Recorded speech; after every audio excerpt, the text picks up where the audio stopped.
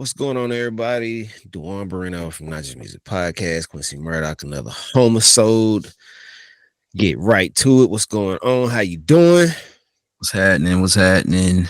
How you doing? Good, man. It's another Homeisode, another internet-based edition of podcasting, which we like to do a whole lot more of now and into the future, because the case of it is never promised to when you ever get to see an actual episode or anything to the nature of saying that we have internet now. To be able to do this is got to be one of the most gratifying situations. But anyway, water. Getting straight to it. What's the if you don't have anybody to speak on or anything, I'm definitely gonna jump straight to it. Or anything you want to bring up, news, anything to come. You want to start definitely pushing the movie to come. People you need now. Yeah. That's definitely something I would say that he's looking for. If nobody has known, he's looking for more actors since his first movie. So if y'all would like to participate, be sure to hit him up, Quincy Murdoch at Gmail. Quincy Murdoch 44 at gmail.com. Yeah. I'm looking for actors, man. This is a serious thing. You can say the script is done, man. Right now I'm just trying to fill the roles, like I said, you can reach out to me, Quincy Murdoch 44 at gmail.com. We do this for real, just for proof. You can go see the first one at quincy.murdoch.com/the movie. Is that what you called it? The little slash? Or I think quincy.murdoch.com/the movie, you know what I'm saying, to see the first one to get an idea. But it's a good series that I'm trying to build, and a good storyline, and put some people in positions, man, because we all win, you know what I'm saying, if it wins. So please actors, reach out to me. Definitely want to do that. Appreciate that, bro. Get that moving for you. Other than that, continue. Oh yeah. I wanted to talk. I wanted to ask your opinion on something about the Charlotte. I know I didn't ask you about the killing the police officers in Charlotte. Man, it was crazy. What's your outlook on that, man? What did you think? My first instinct was your father, man, and your mom. That was my first instinct when I seen that. Like, hope they were okay, and like, what did you think when you saw that? It's one thing. It wasn't a good thing. It wasn't like. Of course, it's always a blessing for it not to be any of your family, because most of my family is in Charlotte. But yeah, it was a doozy for a lot of people. Just looking at it was, think about just I've seen, we've talked about it before. I've seen situations where these people definitely are. A lot of people aren't stable mentally like they used to. Well, I'm gonna say like they used to, but period. People, there's some mental stability that definitely shows when you got a house surrounded full of cops and U.S. Marshals, and these people didn't want to go, weren't going to go silently. Didn't take the silent road at all. I mean, they got straight a point across to let you know, not even just to cops or just people in law enforcement. Everybody is a loose cannon. I mean, yeah. You gotta, a lot of these situations where a lot of these cops are scared and reacting out of scared. I mean, it's a reason why. And to make those points to why a lot of them are shooting before they even understand, or shoot before they even see what somebody has, these cops are scared. They're in a Right, bad right, position. right, They're right, in a bad right. position. And it's not like, you And it know, messes us up. It messes up for the ones that don't mean any attention. It's bad exactly. attention for the cops. Like now they looking at everybody as like they gonna draw on them. They Yeah. trying to, and that's another thing. That I want to say, like accountability for ourselves would help the police and too. I think because that type of event could stereotype others. You know what I'm saying? Like cops stereotype others just like that. So uh we all got to do better, man. We all got to look at ourselves firstly and see what we're doing wrong and what we can change. Mm-hmm. It's crazy. I just came from man talk thing my pastor held, and that's mainly what he's talking about is like controlling, changing you first. Changing you as a man or a woman first. You know what I'm saying? Before you can try to change a world, a people, or just a person. So that's what it's about, man. Mm-hmm. This is the reason why I do, or it ain't saying why I do, because it's not all about what I bring topic wise to the table. It's just the reason why I do it is because you want to leave a good. It's not saying you want to leave a good taste in people's mouths, but it's not saying the case of it's always going to be something that you leave as a good taste. It's just speaking of saying you could give somebody something, because a lot of these people don't get treatment to understand what mentally is messed up in their heads. You know what I'm saying? By the time they get old and older, they've never had good guidance. And as you said, change is hard to do the older you get. And if once you reach that pinnacle point in your life where, like I said, there's no turning back, it's hard to make those changes that can, help your life Right, right, versus hurt your life. It's easier to hurt your life than it is to, make things better.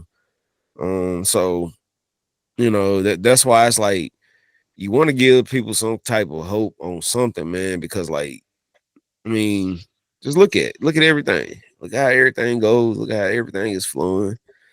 mm. But who knows, man? Who knows? I I mean, hope that the people who you see the families that were affected by it, especially though, like you speaking of in the cops, the ones that got killed.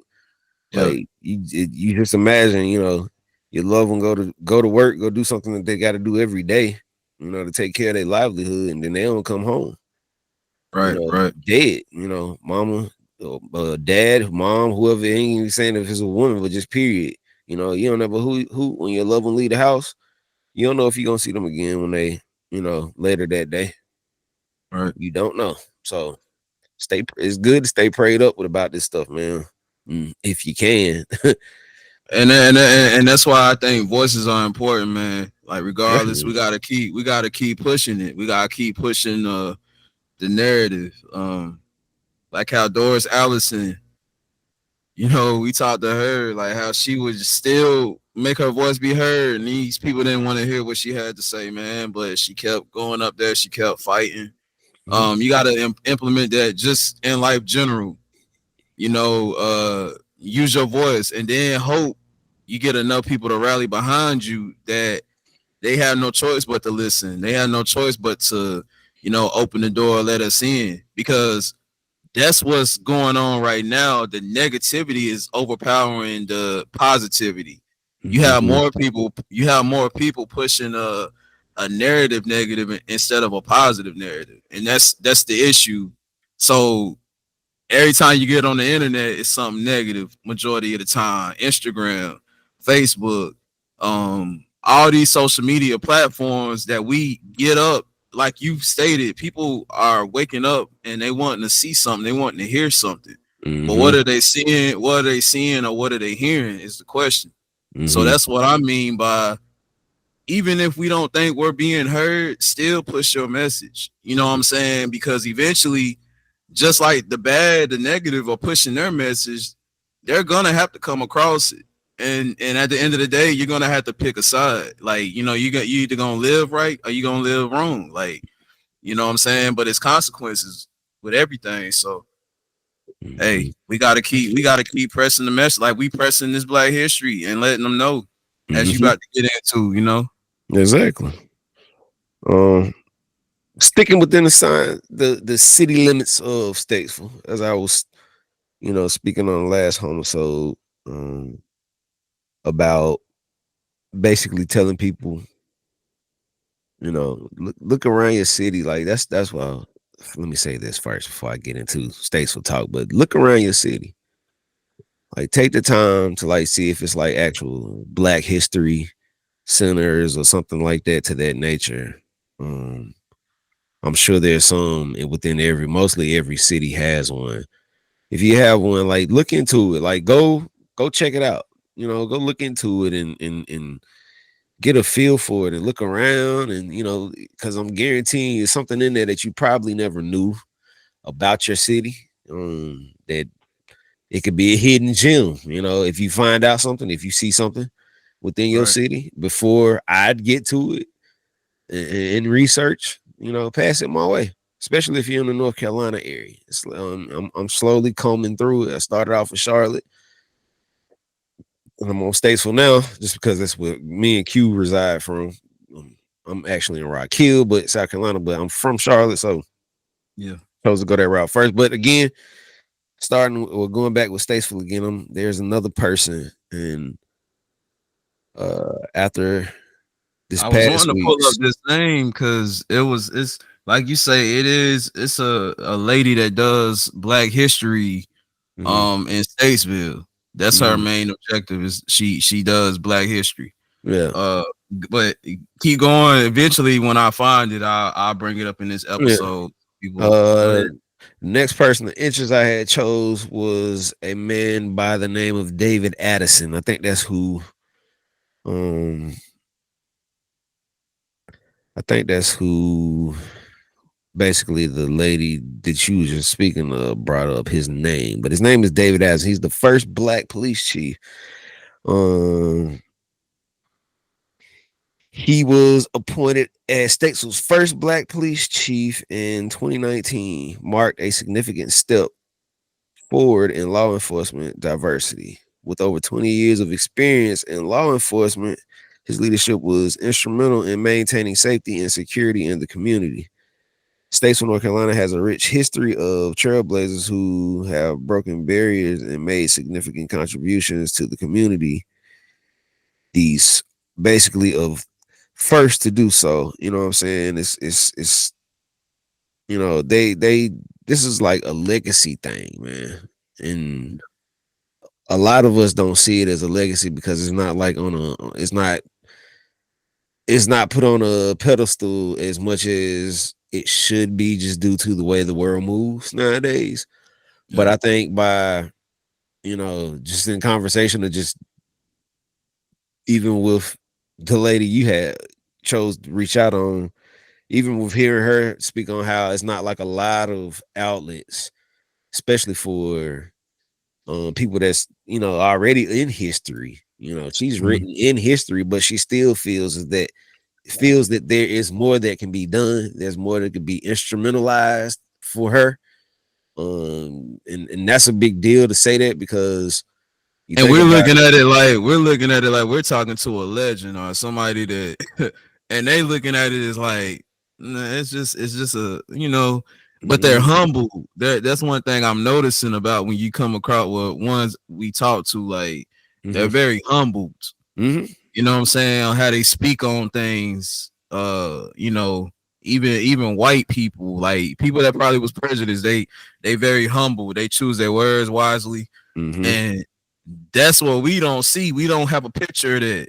Like this generation, we don't have a picture of that humbleness. But Hmm. go ahead, man. My But yeah, bad, no, man. no, no, no. You good? That's is the reason. I mean, these, especially with you think about it, as much backlash as cops received over the past 10 years. You take a Black man to come into a city like Statesville and want to be like appointed chief of something, especially if something that's very considerably, a tight subject to talk about, and that's policing. You talk about, like I just said, you think about cops.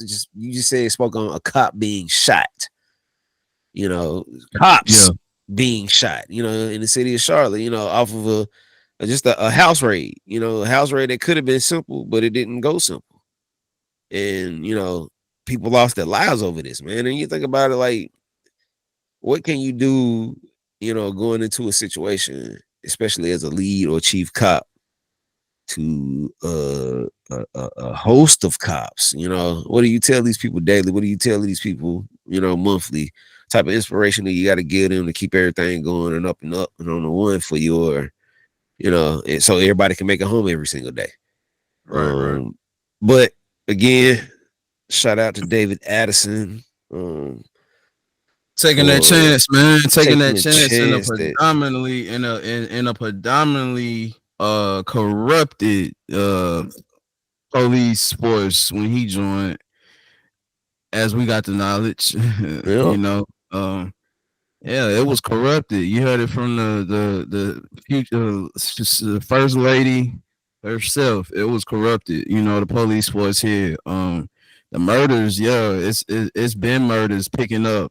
Since 2017 up, like the murder rate in Statesville, North Carolina. Um, and the crazy thing is, we do events. We have held, stop the violence cookouts. We have done. You have people around the city trying to do things, but my thing is, like you said, it's a lot about outlets, because a lot of these people have good things, great things, but they're not reaching enough people, and that's what I see is the problem. Like, and the young cast is the ones technology savvy. They reaching, the ones with the wrong messages are reaching the people, as we stated. So I think it's like you say, it's about technology driven. It's about getting the resources, and if they can't do it, it's up to people like me and you to bring them to these platforms where they can be heard or seen. Well, that's what I would love to do. Me personally, is to bring them so their message can be heard. Other than that, what are people gonna hear? I see. that's why So that you know what I'm that's saying? It's that's important. my that's why I think that's why I told you, like, learning this technology so you can really, even in the Right, moments where it may be like a Wednesday afternoon, it may be like 4 o'clock, and it's something that needs to be shot. That's why I try to teach you how to get right, savvy with this stuff, because man, it's a lot of stuff that could be missed. And it could be like one of those things, but it's in the moment, because it's hard to catch a moment, especially when it's real and it's like really genuine and somebody's giving you something, like, man, that was you ain't gonna hear it that way, but that one time it's only gonna come across that first time the correct way. So always catching that moment when it's like that, those moments are getting missed, and that's everywhere, not even just in Statesville. Even as a city as big as Charlotte is, a lot of this stuff still gets looked over in the city of Charlotte. So right, um right, right. even the next person I'm about to bring up, his name is Leonard Lewis Lindsay. He was nicknamed Sloppy for his dapper dress and smooth performance on the field. He was a baseball player who played for 4 seasons in the Negro baseball leagues between 1935 and 1946. He was born in Greensboro in 1909. He married a Statesville native and lived most of his life in Statesville. He played for the Statesville Flour Mill team in the early 1930s. Lindsay made his major league debut in 1935 for the Newark Dodgers. In 1943, he split the season between the Cincinnati Clowns and the Birmingham Black Barons. He started all 7 games of the 1943 Negro World Series for Birmingham, playing against legends Josh Gibson, Cool Papa Bell, and Buck Leonard of the Homestead Grays. The first baseman finished his career in 1946 with the San Francisco Sea Lions and Indianapolis Clowns. Leonard Lindsay served as a corporal in the U.S. Army during World War II. He died in 1988 at the age of 79 and is buried in the Belmont Cemetery. I think that's where you shot your video at, ain't it? Nah, Belmont Cemetery is just people that it's actually right down the street from my grandmother's new house that they Oh, okay. reside in. Yeah.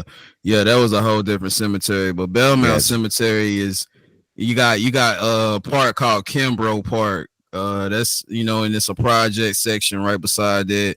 Uh-huh. Basically in Belmont. That's where that is. That's right. Gotcha. That's home, man. That's home. That's right. Yeah. right around my area. Yeah. But So read yeah, that man. again. Though. He was buried there. Yeah, he's buried in buried. He died in 1988 at the age of Okay. 79. Okay. But this is these See, people. wow, this crazy. It's powerful, man. Like, Oh yeah, man. This yeah, is this ain't yeah. this ain't like kindergarten. This isn't like kindergarten stuff. This is big time. This is like legendary, like you said, man. It's not like we get to hear about it. Especially baseball players. Baseball was frowned upon us. They were so bad off they gave us a Negro league. So you know how it goes. Yeah. So for us to break those barriers, of course, I know I'll get to the first one to actually be in the Major League Baseball and break that color barrier. I ain't gonna call his name yet, but I'm gonna get there. But just speaking to the people that's in North Carolina, we didn't hear about all of this, man. And sports legends, that get overlooked a lot of times, of course, due to we're such a basketball savvy state, having some of the biggest college basketball teams in the world here. It's we don't get that nod for baseball. So I'm glad it was a black man to pull up. Right.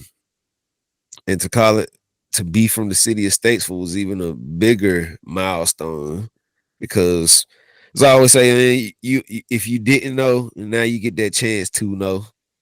Um, uh, another another person I was going to bring up, man. Let me find it. It was I one know more this off person. topic, bro. Is the Yeah, light? Is my lighting good? I'm good. I'm good. yeah, you good. Lighting. Yep, Lighting. Okay. yeah, you good. Okay. Okay. Okay. Um,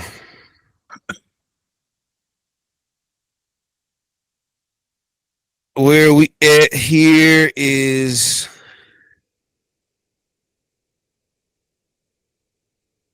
a child prodigy that I wanted to bring up from Statesville, by the name of George Mason Miller. He was a high school graduate at 14.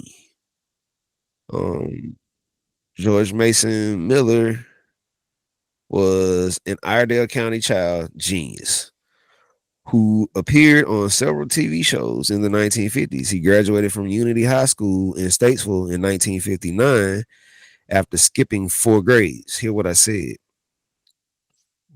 4 grades. He skipped 4 grades. Okay. God.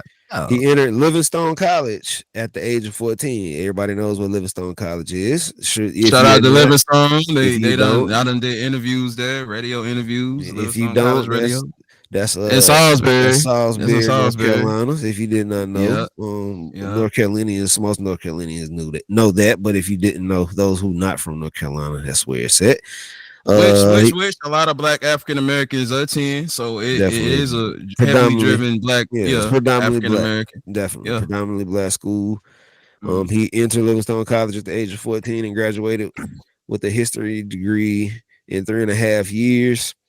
From there, he moved to UNC Chapel Hill at 18 years of age to study political science. He then graduated from American and Columbia universities and earned a doctorate at the University of Chicago. By the time he was 21, George had earned 2 master's degrees. After appearing on the New York Youth Forum TV show in 1955 and winning $225 on the Strike It Rich program in 1956, the 11-year-old returned to New York City there 3 more times for the CBS quiz show Giant Step, hosted by Burt Parks.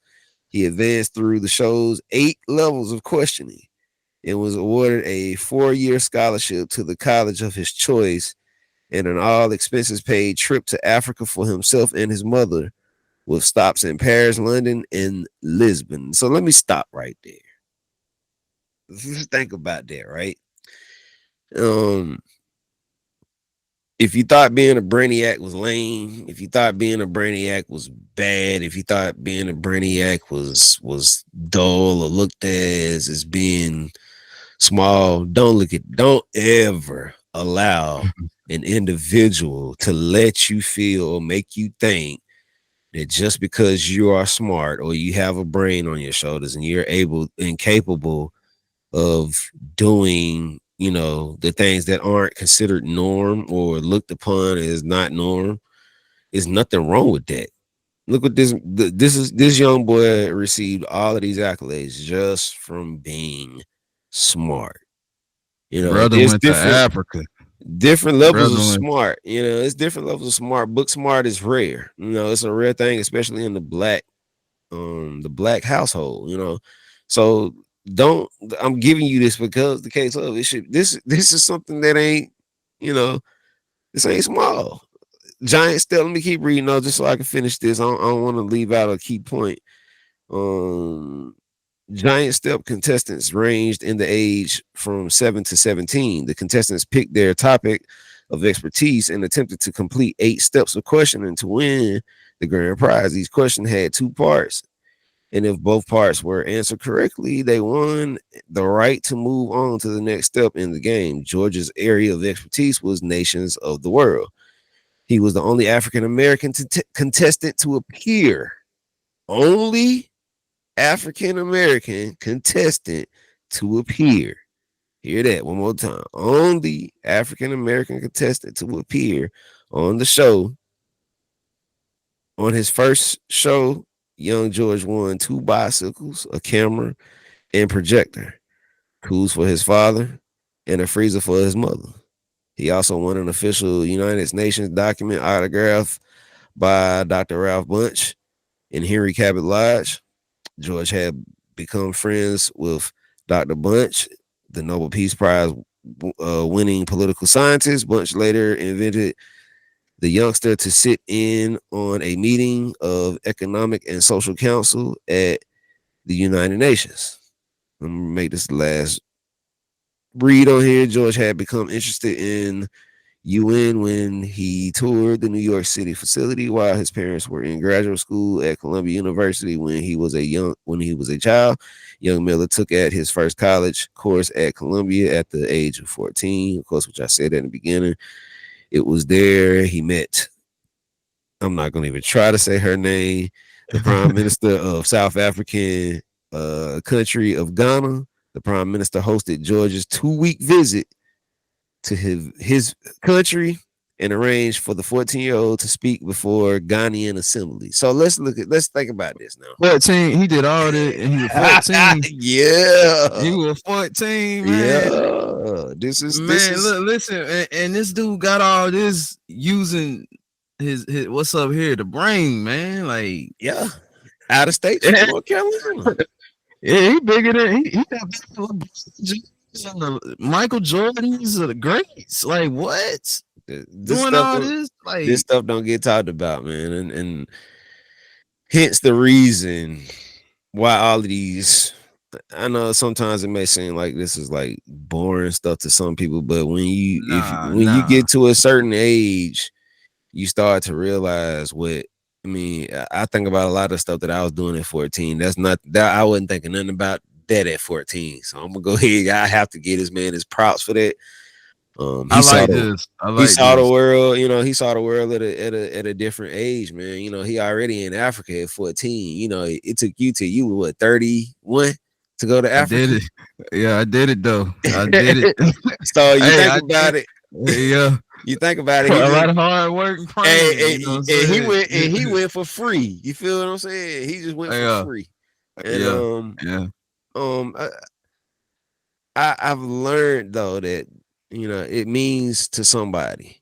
I don't know whose family member this is. I'm sure somebody in Statesville still is maybe alive to claim him. if he's a friend or a family member to whoever, it'd be nice to know, or you know uh get to link with people. We don't say that about every person, for for what I'm concerned about, because I can tell there's not enough history out here about these people, and it'd be nice I to like mean, that's a actually put it. stereotype, man. Like everybody think you got to dribble a ball or right a rhyme to get all these, luxuries in life like he got. But this man Mhm. uses head, he uses brain and Yeah. his smartness and wisdom, and that it got him far. Hmm. And like who wants to get their body beat on to get all these things? This man didn't have to get hit, tackled, none of that. He just uses brain. Hmm. That ain't lame to me, man. That That's ain't hey, that's lame at all. that bro, that's getting to the top the easy way to me, man. I ain't gotta go through hell and my body beat on to get it. Yeah. I, That's why. I'm That's with why it. it's I'm with it. I'm with it. That's why it stands to be an individual, man. Be you, be who you are, and but do Right. it at a high level. Do it at a level where everybody can respect it, remember it, and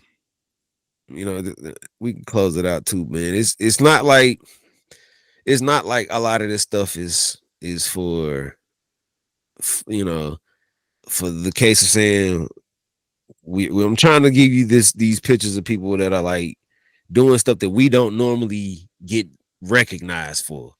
Right. That's the stuff that I try to pick. Those topics where it's like, okay, if it's something that's like really rare to hear about, I'm gonna Mm. bring it up, man. You think about it, and I've only talked about 2 cities. Just think about all the other cities that's around it. I mean, it's some out here, man. I'm like, I'm totally blown. I'm like, man, at least over the next. Salisbury. We gotta Yeah, look I into mean, you talking Salisbury. about Salisbury, Concord, Huntersville, Boy, Lake Norman. I'm talking about boy. all of these areas, man. Like, even coming south, coming into South Carolina, it's some stuff down here. South Carolina is gonna blow straight, especially Charleston. Charleston, South Carolina I gonna say that. I gonna is say that. is is one of them. It's some stuff that's gonna disappoint you. I'm gonna go ahead and tell you, but it's stuff that's real. It's stuff that's really pinnacle, but it's real, bro. And this is stuff that's really gonna disturb your spirits, because I know the type of individual you are. But you need to Yeah, yeah, hear it yeah. just for the sake of saying that it happened and it's real and it's something that goes to our history. It adds value to it versus saying, okay, black folks just all they want to do is just kill each other. Black folk, Yeah. that all they do is just want to hurt each other or whatever. Just anything since that mentality, to hear it and to hear it in a mentality where it's actually being gratified. Yeah, Mhm. definitely. But Right. yeah, man, um, good people, we appreciate the love, especially YouTube mainly and Shout them out. website. Shout them out. Yeah. If nothing else, those two platforms have really made space for black topics. I don't know if it's the algorithm of YouTube or if it's just the blessings of God at the same time. Yes, but A little bit of it's everything. A little bit of movement, mixture of it's everything. movement in topics of black history, and it's being accepted. People are looking at it in its entirety, looking for history to give people and show people, maybe. I don't know, but whatever it is, we It's appreciate moving. it. Subscribe to it if you want to. I'm not forcing. Just move the content, keep sharing it like y'all sharing it, because it's being shared. I mean, for the We blessings of 2 guarantee you. We years. guarantee you gonna love it though. We guarantee you Yeah, gonna the love it though. blessings You get of it. the sharing is wonderful. I appreciate y'all sharing it. However y'all share it. I mean, across all platforms. I appreciate it from the bottom of my heart. Um, it's some work putting this stuff in, and it's not saying that I complain ever doing this work, but it's always that piece of me that's always feeling like it wants to be gratified. So again, we appreciate it. Again, subscribe to the website if you haven't. That's one of the biggest things I want y'all to do, because within the next few months, I'm gonna start doing some very rapid changes in how I share certain content. I'm starting to make certain content really exclusive.